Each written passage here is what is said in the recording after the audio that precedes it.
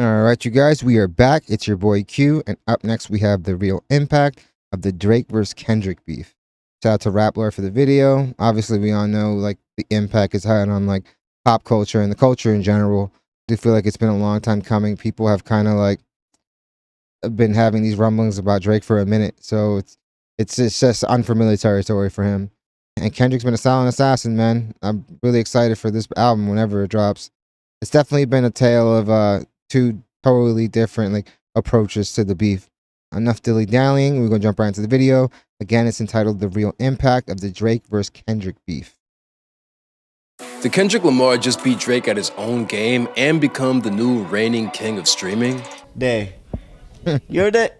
For years, Drake has reigned as the undisputed top dog of music streaming. On Spotify alone, he's racked up over 100 billion streams. That's nearly I don't think the argument should ever be will like somebody dethrone Drake in the streaming numbers anyway. Like the dude's catalog is so expansive.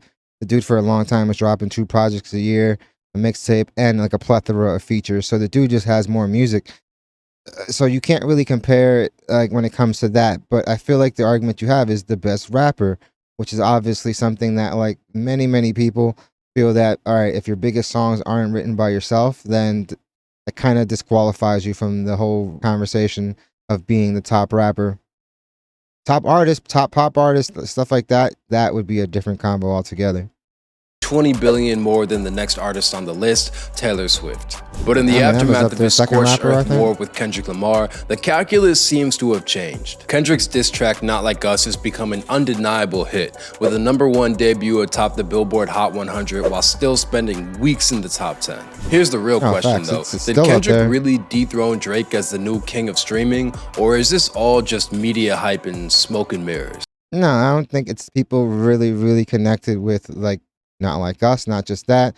They like Euphoria, Meet the Grams, all that stuff. It was it sustainable? I don't know. Like all these records do have shelf lives. The Not Like Us record is still, like I said, hovering in the top 5 now. And honestly, when the record drops, it's only gonna have another resurgence. So it's gonna shoot up again. It's the lead single off of that. And I'm pretty sure the album is gonna be a classic. It'll come around Grammy time. I feel like it's gonna sweep. But yeah, you can't really compare like the streaming numbers when somebody's catalog is so much more expansive versus somebody like Kendrick who does drop less frequently. We're not getting 2 projects from Kendrick a year. So I feel like as far as like streaming numbers, of course, like Drake's gonna be like miles above everybody when it comes to that.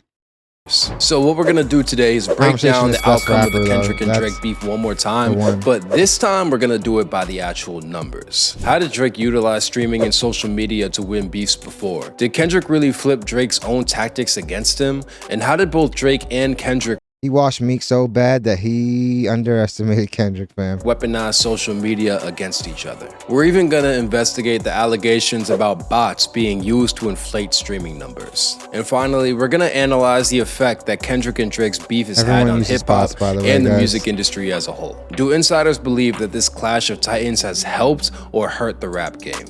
In hindsight, this is a mistake. In the moment, I'm loving it. So The one thing I will say, before this, rap was down like 30-40% from the last like year. So it definitely was a shot in the arm to the game. It got everyone talking, got people excited about it. Dude, there was like random people that don't listen to rap at all asking for like your take in like the whole Kendrick and Drake beef. So it's like, it definitely helped. Definitely helped. let's start from the top. How has Drake implemented streaming and social media to bully his ops during past beefs? One of was the just most very iconic inept. moments in Drake's career was his beef with Meek Mill. The drama started in 2015 when Meek sent out tweets alleging that Drake used ghostwriters in order to write his raps. In response, Drake dropped a track called Charged Up where he took Meek is a major hypocrite for that, because the reason why this all came out was because he asked Quentin to write with him, and Quentin basically declined because he wanted to be an artist, you know. And a lot of people do get pigeonholed in that writer bag. There is writers that can like overcome that and get major success as an artist. Somebody like Neo is an example. Like I know Carrie Helson really didn't have that length of a career, but even she had her hits. So it does happen, but yeah, he didn't really want to get pigeonholed in that, and he was just doing it for like a check. It's crazy. His career never really panned out after that. It was like the dude was like basically blacklisted. took shots at Meek. He didn't even like snitch on anything. I'm very patient. Six God is watching. I just hope you're prepared to face him. When Meek failed to drop a timely response, Drake doubled down and released Back to Back just 4 days later. While And then Charged Meek Up came was back with pretty that Undertaker subdued when it record. came to tone and content, Back to Back was the exact opposite. The song trashed Meek Mill, mocking him for opening for his then girlfriend Nicki Minaj on her tour. Is that a world tour or your girl's tour? And for tweeting at Drake instead of rapping. Trigger fingers turn to Twitter fingers. Yeah, you get How the tables turn, fam. embodied by a singing. Just a day later, Meek dropped his own diss track called Wanna Know, but instead of fans focusing on the song's content, it looked more like Drake had bullied Meek into finally releasing music. Fans took to Twitter to create hundreds of memes about Drake absolutely dunking on Meek Mill. By utilizing social media, Back to Back completely commanded the narrative around Drake and Meek's beef by painting Meek as jealous and petty. Drake even used Back to Back to preview his coming moves, rapping, "I got the fest in 5 days," obviously referring to his annual music festival in Toronto, OVO Fest. When Drake performed Back to Back at OVO Fest 5 days. See, that also should kind of torpedo the argument that like they're milking the Not Like Us record or that they're like dragging it on. This Back to Back record like lasted a year plus, like heavily played, not just radio but in the clubs, all over Spotify playlists. Like you heard this record, you couldn't really escape it. So I feel like a lot of the complaining about Not Like Us, fam, just let the record have its life. The song isn't going to be number one forever. It's not going to be top 10 forever. Like right now, it's its moment. You got to let it pass because I feel like the more you like try to bash on it, the more you're just giving it more like eyes. And like the algorithm doesn't know whether you're looking at it in a hateful way or a loving way. So now that you're watching it, you're just getting pushed out further. So it's like, bam, like why are you complaining when like Drake was doing the same thing? After dropping it, footage went viral of Drake rapping while playing those very same fan-made memes on the screen behind him. Plus, the release of Back to Back was enhanced by plenty of Easter eggs for diehard fans. The song's cover art was an image of the crowd at Game 6 for the 1993 World Series when Toronto Blue Jays player Joe Carter hit a series-winning home run against the Philadelphia Phillies. Toronto is, of course, Drake's hometown, and Philadelphia is where Meek is from. The song dropped on July 29th of 2015. The same day that the Blue Jays played Philly again, and Toronto beat Philly in that game as well. Back to Back was a major commercial success. The song peaked at number 21 on the Billboard Hot 100, which was actually really rare for diss tracks. Legendary diss songs like Yeah, but then Kendrick went and did it, got number one with a diss track, so that would probably be the most successful diss track of all time. Tupac's Hit 'Em Up or Ice Cube's No Vaseline were culturally notorious, but they never charted as commercially successful singles. By going viral in the social media era, It's because hip hop was definitely big and people were starting to make money that they've never seen before in the genre. But yeah, man, I feel like, dude, now you have people getting like hundreds of $1 million from this, you know, and that it's unseen money. And this is like across the board, not just in music and sports.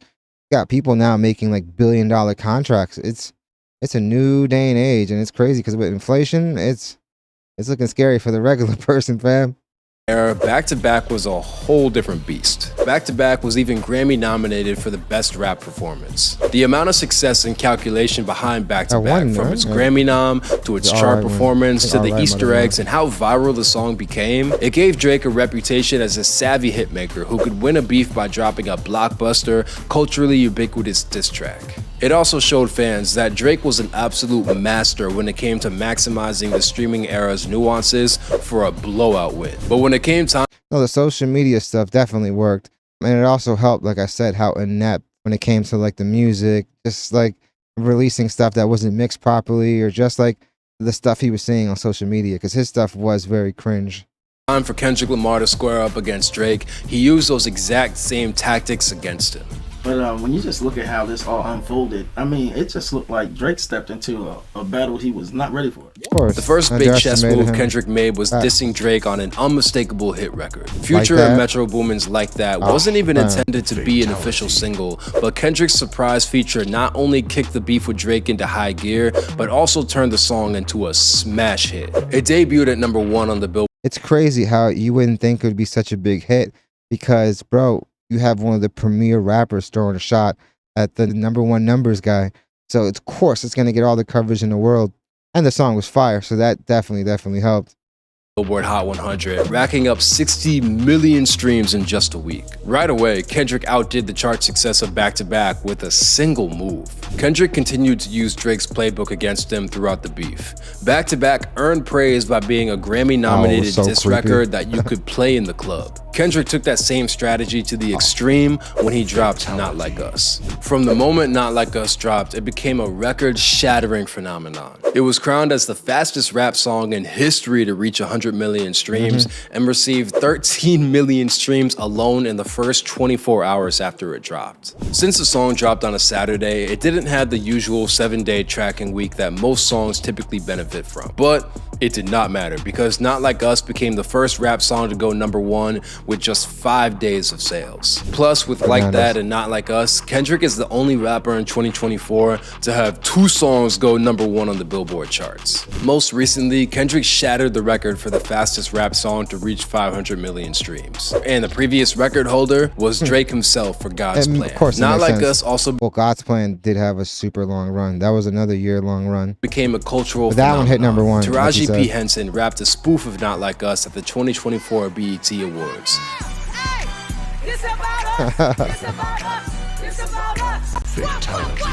Serena Williams, who got a shout out in the actual song, crip walked to Not Like Us while hosting the ESPYs. The song has also been played at NBA games, MLB games, WNBA games, NFL games. Man, there's like marching bands in Africa playing this record. This record has had such a major impact, and the impact is still being felt right now.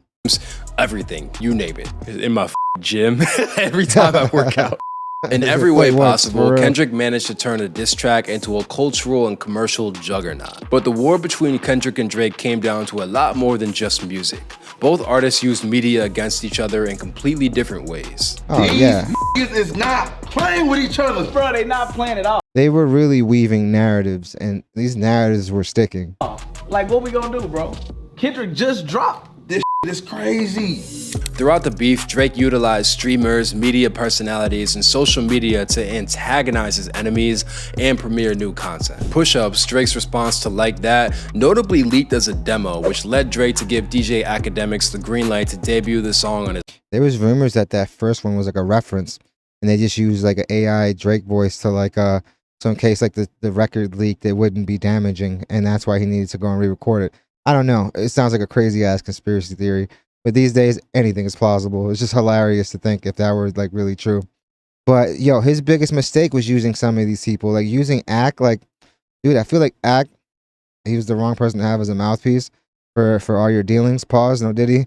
But like, Ack definitely benefited from it. The dude, he got #1 on the Complex Media list. I want to say entirely because of like his involvement in the beef. The amount of money he made streaming this year is probably his biggest year ever. I feel like Drake definitely used somebody that's like that people see right now as even more uncool than he is. So I feel like that was a terrible move on his part. And to keep running stuff through him when like Drake is one of the artists that really does thrive on like dropping stuff as a surprise. He's one of those artists that can do that. Not everyone can do that. Drop whenever and like the whole world stops to listen.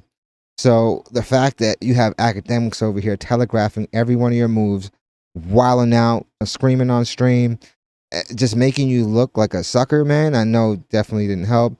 So you got to choose who you're feeding information to, because if they're relaying everything in a way that makes you look corny or makes it look desperate, or they're telegraphing stuff that should probably just remain between them and the artist, I feel like those are miscalculations, but that's all in hindsight now, you know? His live stream. The song didn't even receive an official release until a week later. Drake also leveraged his relationships with popular streamers and podcasters like Kai Cenat and Joe Budden. Drake gave Kai Cenat a heads up before he released his diss Family Matters, telling him to stay on stream so he could give his reaction as the song dropped. Joe Budden claims that Drake texted him frequently. Send him the devil emoji. I don't know. I can't send dudes the devil emoji, fam. That's wildly inappropriate. At the height of the battle, and other podcast hosts like Rory and Maul have alluded to hearing records like Push-Ups early. Drake was also a constant social media presence throughout the beef. He trolled not only Kendrick but his other adversaries, from Rick Ross to Metro Boomin, with an onslaught of posts and troll behavior.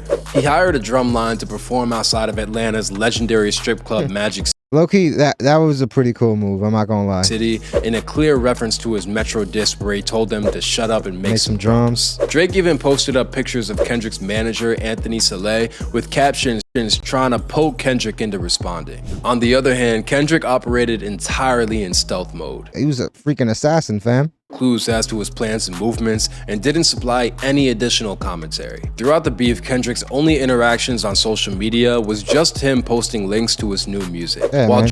You see, he did it the right way. He really let the music speak for itself. You didn't hear any news coming out like hyping up a record or anything like that, because I feel like that does set up these like huge expectations. I mean, we could look at it on the other side. You have academics basically saying, "Oh, yo, this song that Drake is about to drop, it's gonna like be the nuke. It's gonna do this. I can't wait till he throws a sub. Like, oh, he's gonna kill it." It's like, when you do that, you're like really setting up high hopes for people. So when it comes out and it's not what they expect, sometimes it doesn't even have to be bad. It's just not what they were expecting. It really does take the wind out of the whole record as soon as they hear it for the first time. Drake's approach relied on appearing ever-present and hyper-aware to his fans. Kendrick's tactics were about letting the music speak over social media posts or industry relationships. Kendrick, however, did nurture his connection to the reaction community in a really interesting way. Kendrick and his label, PG Lang, waived copyright on his diss tracks as they dropped, which allowed different streamers to monetize the content as they reacted to the lyrics in real time. Which is going to cause more people to speak on it if they can get monetized off of it. Not only did it lead to a ton of viral moments for well-known personalities like Kai Cenat or RDC World, but it also meant that a lot of reactors actually got paid for their videos. Multiple reactors even thanked Kendrick publicly for contributing to them getting life-changing money for their videos. There really couldn't have been a starker divide between how Kendrick and Drake handled the media ground game here. But as the dust settled, a troubling new allegation surfaced about the use of bots to gain artificial streams. Let's say this is true. Can you replicate or duplicate the impact of Not Like Us for the culture? In the last couple years, that's the thing. The numbers can say one thing, but if you look and there's no like engagement outside of that, like dude, just the sheer amount of like memes and just viral videos that were coming out of people referencing Not Like Us, dancing to Not Like Us, like you saw the impact like in real time, in reality. So yeah, bots can do so much. Like bots can get the algorithm pumping in the beginning.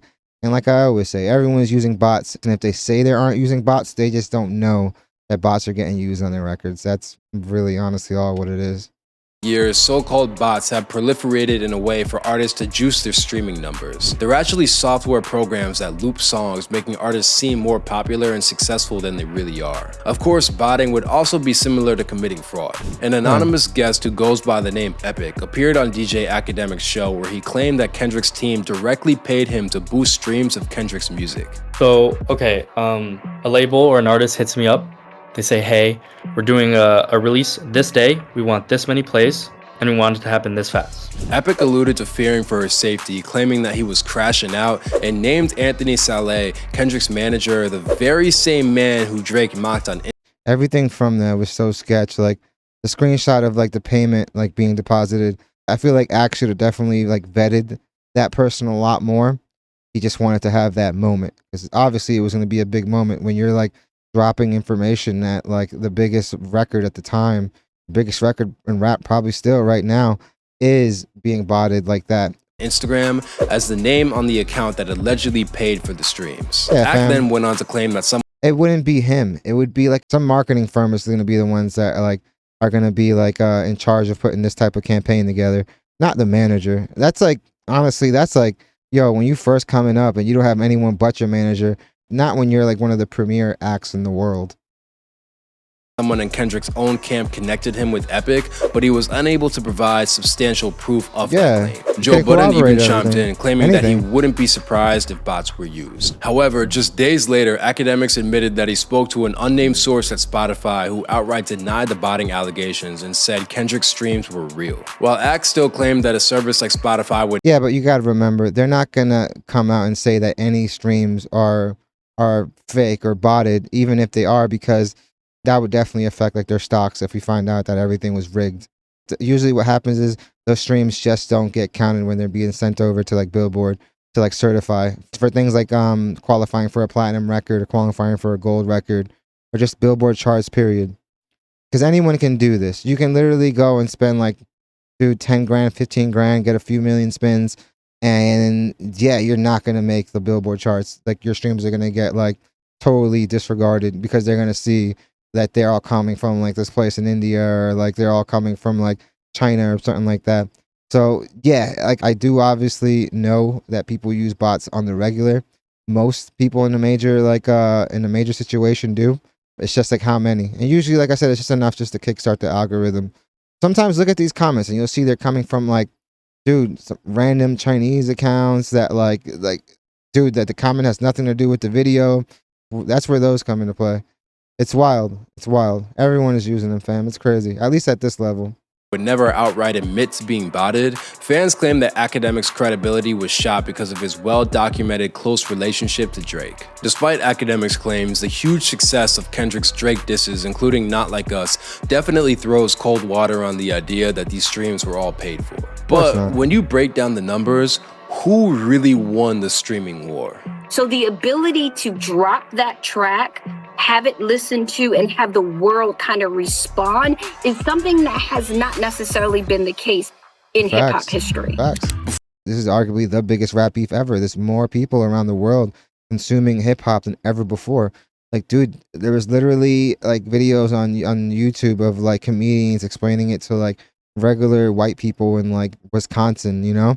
So it's like, it's something that obviously we've seen and felt the impact like culturally, and yeah, dude, there's no denying that. Before the beef really popped off, Kendrick's monthly Spotify listeners averaged around 52 million. Drake, on the other hand, was averaging about 85 million a month. Drake's latest album, 2013's For All the Dogs, was sitting at number 17 on the Billboard charts as of last February. Meanwhile, Kendrick had 3 different albums from years ago that were still mainstays on the Billboard charts. Damn from 2017, Mr. Morale from 2022, and Good Kid, Mad City from way back in 2012 were still in rotation. But by the time the smoke settled, things had changed drastically. All of Kendrick's albums shot up on the Billboard charts, with Damn clocking at 18, Good Kid Mad City climbing to 23, Mr. Morale at 55, and Kendrick's To Pimp a Butterfly.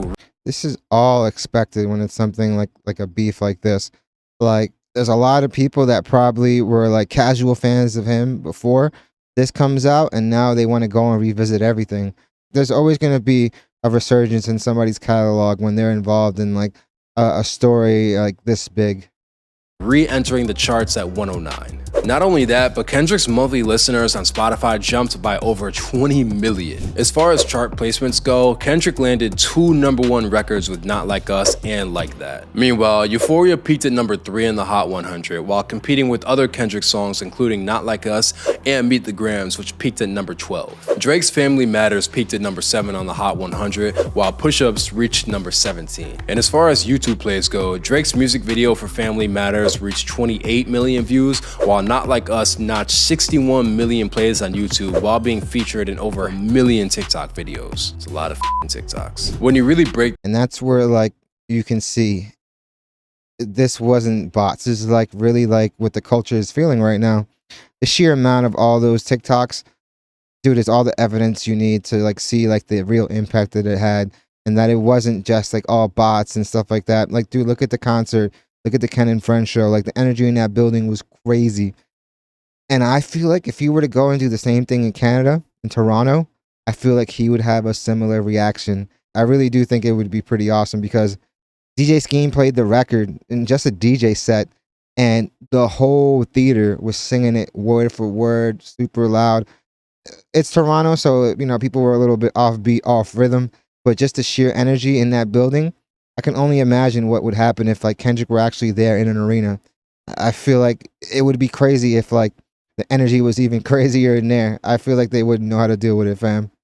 Those numbers down, it's clear that Kendrick's feud with Drake significantly boosted his streaming numbers, catapulting him to a much higher monthly listener count on Spotify. And while Drake's streams did slightly decline, he still clearly has many loyal fans and listeners, because he's still sitting pretty at a whopping 80 million monthly listeners. So while I don't think that's going to change. At the end of the day, he's still around the world. People don't really care about the beef. They're not as invested as we are. Yeah, like internationally, like I feel like it really didn't change too much unless they are like fans of the culture and appreciate the culture. A lot of these people just want something to bump while they're like getting drunk or chilling or at the club or just like kicking back. So I feel like Kendrick eclipsing Drake like streaming wise was because of how big these records were, obviously. But it's gonna be really hard to sustain that when the other dude just has like, dude, 4 or 5 times the amount of albums you do, or at least bodies of work. Because I know they classify a lot of these as mixtapes, but at the end of the day, fam, those are freaking albums, dude. They have original beats. Also, a lot of times it's because they couldn't clear the samples back then. But a lot of these mixtapes have now like actually made it onto DSPs. Kendrick did win the streaming battle when you compare diss records. Drake is still very much a force to be reckoned with when you look at the bigger picture. And speaking of the bigger picture, what did this battle mean for hip-hop as a whole? Now, when the dust settles, all we're left with is file and wife beater allegations. It's unmistakable that the Kendrick and Drake beef did huge. But I will say this, like the Kendrick like DV like accusations didn't stick like how the PDF accusations did. And that's got to be a certified fact. Huge numbers for streaming and put a spotlight on hip-hop as a whole. For Kendrick Lamar in particular, the battle with Drake boosted sales of his entire back catalog. It also gave him an opportunity to spotlight in the regional rap scene in LA during his historic pop-out concert last month. Epic. Overall, it led to an increased attention on a whole range of live streamers, reaction YouTubers, podcast hosts, and other media figures who leveraged their proximity to the beef for extra views and clicks. It also made major money for streaming platforms like Spotify, Tidal, Apple Music, and YouTube. Of course. But the battle has not been without its controversy. These music streaming companies are making money hand over fist because they're literally giving pennies on the dollar of what they're earning through advertising off like the backs of these musicians. When Vince Staples was asked about his thoughts on the Drake-Kendrick beef, he said that the real winner in all this was Universal Music Group, who distributes both Drake and Kendrick's music. Vince went on to criticize the firing of long-established hip-hop executives in recent months, and even implied the battle was a distraction for how music payouts through streaming has led to a diminished industry. Meanwhile, news publications like The Guardian and Slate criticized the beef for going too far, characterizing the Kendrick-Drake battle as ugly, and even implying that the only people really benefiting are the record label owners. But with the music, obviously they threw dirt on each other, and even if like the allegations on Kendrick didn't stick, there is a subset of people that are asking if he's ever going to like address that. I really don't know. He kind of just does all his addressing in his music. He's pretty transparent when it comes to that. I mean, look throughout the beef, you really haven't heard him too much. You really heard him like talk at like the Ken and Friends show. You heard him talk at the award ceremony at the Compton College. But other than that, he's not outside. He's not tweeting. He's not doing any of this stuff. And it's because just putting out the music has worked. He really is just like planning the next step right now, I think. I definitely think the album has to be wrapped up by now. But I feel like they are waiting to just let the Not Like Us record still breathe. Because it is still like pretty high up there in the charts. Maybe if it drops a few spots, they just like surprise release it. But it's going to be cool. I'm excited for that project. Music video for Not Like Us raking in 50 million views in just a week, it's clear that the streaming wars are far from over. And with new music on the horizon, Kendrick and Drake are going to be battling for supremacy for a very, very long time. No, I definitely agree. I don't think this is over. If anything Drake is doing is telling of anything, it's that he's definitely going to re-engage. He's been trolling Kendrick for a little bit now. We haven't seen any of that from like from Kendrick, but as far as like Drake, he's doing all that. He's posting subliminals, he's posting sassy captions and stories and stuff like that. It's honestly the most telegraphed move. And with somebody like a Kendrick, do you really want to be that obvious and give him more prep time? I've called him before. The dude is like the Dark Knight. Batman has literally a plan in case any superhero goes rogue, and it feels like he had all this stuff set up for not only Drake, but I feel like he has it set up for anybody, whether it's a Big Sean or a J. Cole. I feel like he's one of those people that like probably has like this is just like sitting in a stash on some hard drive in case anything happens. It's like break glass here, you know what I mean, and unleash to the world. But yeah, man, it's gonna be interesting to see like how it evolves going forward. Like I've said many times, Drake is definitely in unfamiliar territory. He did drop like the 100 gigs, the 3 records on there were they're not anything that like we haven't heard before of Drake. I do feel like they were on a hard drive for a reason. They didn't make the cut. Obviously, no one can deny the impact like this beef has had. It really did like provide a great resurgence in hip hop. Like I was saying earlier in the video, rap was down 35-40%. This definitely was a shot in the arm to the game. Obviously, it did get super personal. There's a lot of nasty accusations thrown around, and some of them have stuck, some of them haven't. And that's going to be interesting to see too how that evolves. Right now, 2024 has been the year of exposing, fam. Cat Williams set it off, and it has not slowed down since, fam. And it's like across the board. And no industry is safe. But yeah, you can't deny the impact of the beef. At the argument about the whole streaming conversation, I don't really think that like Kendrick was looking to be the most streamed. It was literally proving that he's the best rapper. And not only did he do that, he did surpass Drake for like the month. But I feel like that would have been really hard to sustain just with how big Drake's catalog, and that a big portion of a lot of these streaming numbers from a lot of these acts like this is like their past catalogs. Like Eminem is still #2 most streamed rapper because of how expansive his catalog goes. There's people still bumping Eminem show, Marshall Mathers, those records still to this day. Slim Shady LP, those records are still getting major streams.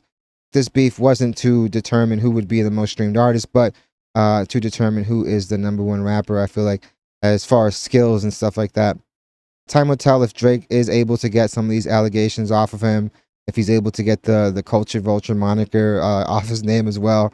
I don't see it happening soon, but who knows? He just has to be careful, like of this trend of him just buying all the hip hop memorabilia, because that's definitely something that could be seen as like a big colonizer move. Let me know what you guys think. Do you guys think this beef had a huge impact on the culture? Definitely hit the like and subscribe button, guys. This channel wonders. Thank you guys so much. Like, yo, guys, I'm so freaking grateful. We're like 30 subs, or less than 30 subs away from 2K. I feel like this is going really, really dope. We're doing this for like less than 5 months, really. Like, seriously, I feel like it's going like incredible. So I really like thank you to you guys. I hope you guys love the video, and I hope to see you guys soon.